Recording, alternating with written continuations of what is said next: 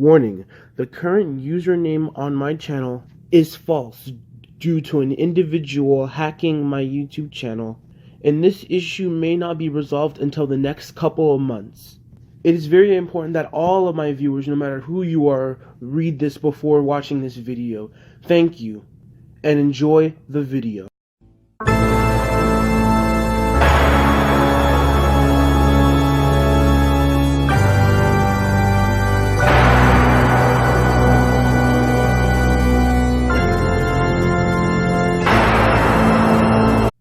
Welcome back to Horror Movie Month, guys. I am so excited to be talking about horror movies. I'm going to be re-reviewing certain horror movies, and I'm going to be talking about horror movies that I've never talked about on my channel.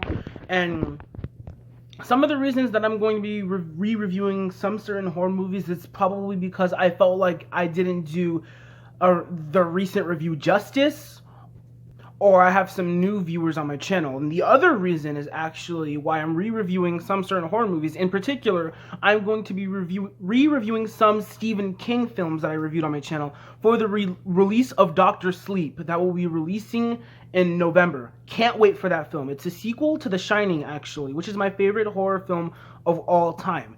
And for that reason, I'm going to be re-reviewing certain Stephen King movies that I reviewed on my channel. Certain ones. I'm not going to re-review every Stephen King movie that I reviewed on my channel. Just ones that I feel deserve the golden review, if you know what I'm saying.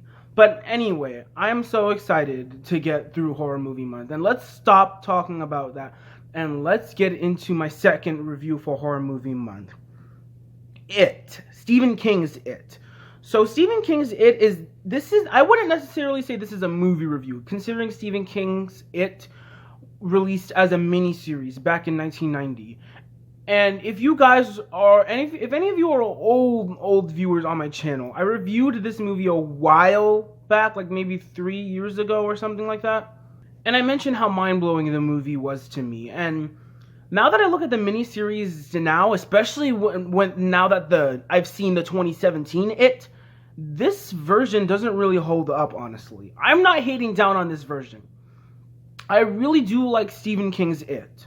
It's just not as amazing as it could have been, or it should have been. I'd honestly prefer the 2017 It. I honestly love the 2017 It. I think it's one of the best modern horror films we have, and I honestly do believe that It, the 2017 one, is going to be one of those horror movies that will inspire future filmmakers, like A Nightmare on Elm Street or Halloween did. I honestly think It has that potential of doing that. But this version of It doesn't necessarily hold up. The miniseries doesn't hold up that well.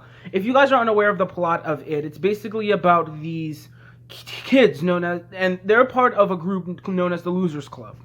And these kids have to technically fight and struggle for their lives after they realize that a monster is taking over Derry and going after these kids. And the monster is known as It, which is able to take forms of all of their fears, in particular a clown named Pennywise. And these kids have to stick together from childhood to adulthood to defeat It once and for all. I'm going to be completely honest when I say this. It was one of the scariest experiences I've had when I was a younger kid, when I was like a baby even. It was one of the scariest experiences, I'd say. Now that I look at it now, it's not necessarily as scary. There is a lot of pop culture things that you can say about the miniseries of It. It's memorable. It is very memorable. This film does have a lot of memorable moments, and even moments that sort of make you on edge. Easily the best thing in this movie are the kids. The kids are really great in this movie, and the movie revolves all around them. Tim Curry is excellent in the miniseries too. I'm going to be completely honest. Tim Curry is really great. But sometimes when you watch Stephen King's it almost feels like Tim Curry's in a comedy, if you really do think about it. He delivers that a little bit more of a weirdish, charming feel, but yet still scary and creepy. And that's what makes Tim Curry's version of Pennywise very memorable. I also have to say that the first half of this movie really was enjoyable. The first half was really good. I think the kids are really great in the first half of the movie, and there was times where tension and suspense would actually happen, but for the most part, when, and this is technically a flaw that I have with the miniseries. When Pennywise ever encounters the kids, he never really does anything. He'll just say something funny and do something creepy, and then he leaves. He never really actually, puts a hand on any of the kids in the Losers Club. He just kind of scares them and says, oh, ha ha ha, something like, makes fun of them and taunts them and leaves. Like, I'm gonna kill you later, or something like that. Like, that's a problem that I had with this movie. Pennywise never really did anything scary. Or at least threatening. In the 2017 It, when Pennywise would always appear, something suspenseful and something very brutal would always happen. There would be a jump scare. He would probably be formed as a different creature, chasing after someone. And there's a memorable scene that's still stuck in my head in the 2017 version of It, where Eddie drops his pills and he bends down to grab it, and then when he gets back up,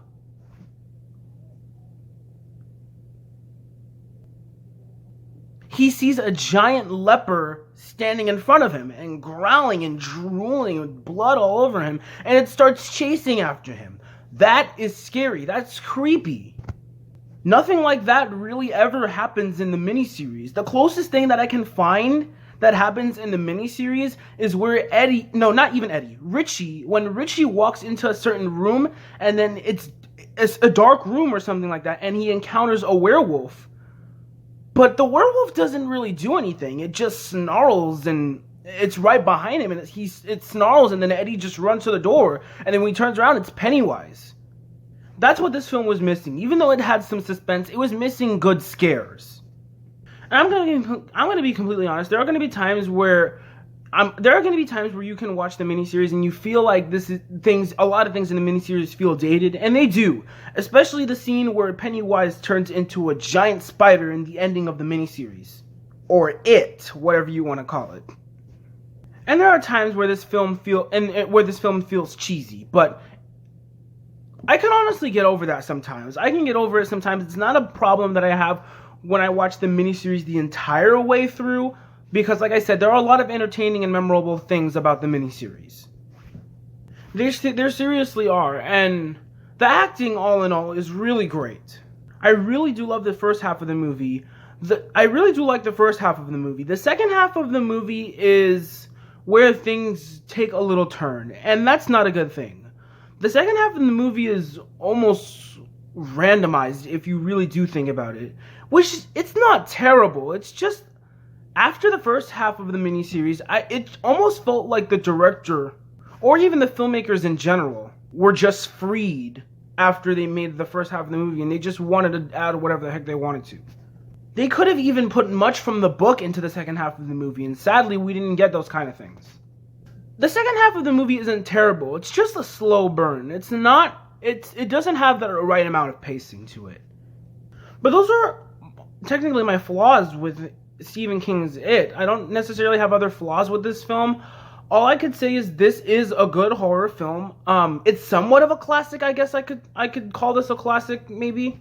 I mean, I really like Stephen King's It. I don't love it like the 2017 version. Because honestly, I would consider the 2017 version a masterpiece.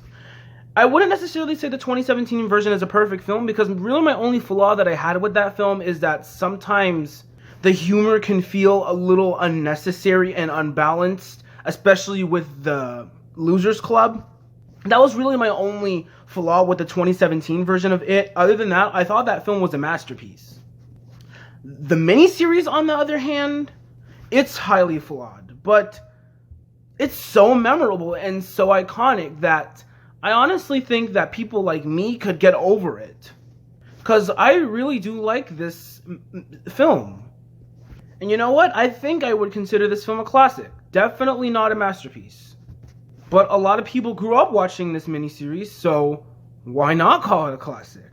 If I'm being brutally honest, I don't really hate this movie at all, and I don't really see a reason to hate this movie. Sure, this movie is cheesy at some times, and the second half of the movie is a slow burn, but Stephen King's It is a really good time.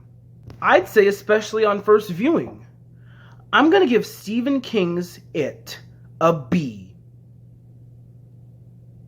So yeah, not as good as the 2017 adaptation, but it is a really good movie. I'd say this movie is good. I am excited to see It Chapter 2, which will be releasing in less than a week. Can't wait to see that movie. I'm going to review it.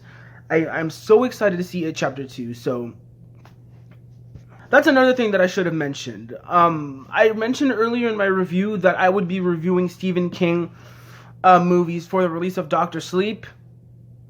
I would also be reviewing Stephen King movies for I'm going to be reviewing Stephen King movies for the release of both It Chapter 2 and Dr. Sleep. So that's even a little bit better. But don't worry, I'm going to review other horror movies too. Not just Stephen King movies. I'm going to be reviewing other horror movies for Horror Movie Month too. But anyway, thank you guys so much for watching this review. You guys are the best. Love every single one of you. Look forward to more reviews that'll be coming very soon. And as always, if you're new here and you like what you see here, why not hit that subscribe button to join the EliB/520 community. And I will see you next time. Peace out.